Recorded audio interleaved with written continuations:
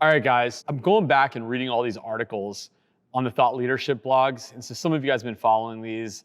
And I went back the other day and I was reading one from December 12th of 2021, where a friend of ours, Dan Nielsen, Genuine Pest Control out of Omaha, Nebraska, did an article on staying afloat during the winter. So Dan's company is Pest Control Wildlife. Dan's a really good operator. He's worked really hard to build a great brand in the Nebraska market, and he's an awesome guy. Dan called out a few things that, I mean, I'm sure you guys have heard courses on this and us talk about it, but he called it out in such an incredibly easy way. So he's like, how do you protect your company in the winter?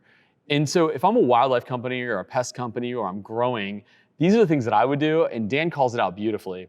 So the first thing that I would do is throughout the year coming in, Dan says, hey, get them all on monthly subscription.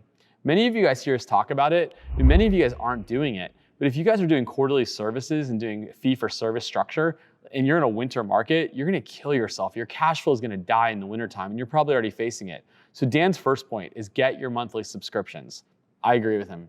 Second one, he had talked about selling wildlife warranties. And so in Dan's case, they like to sell annual warranties that come with an inspection. Very traditional model, works really, really well in a cold weather market.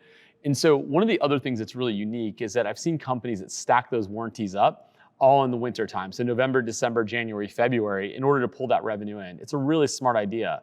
One of the things that I like to see companies do is I like to see them move their warranties to monthly subscriptions as well. So this way it flattens out your cash flow. Dan calls this out, and I totally agree with what he's saying here.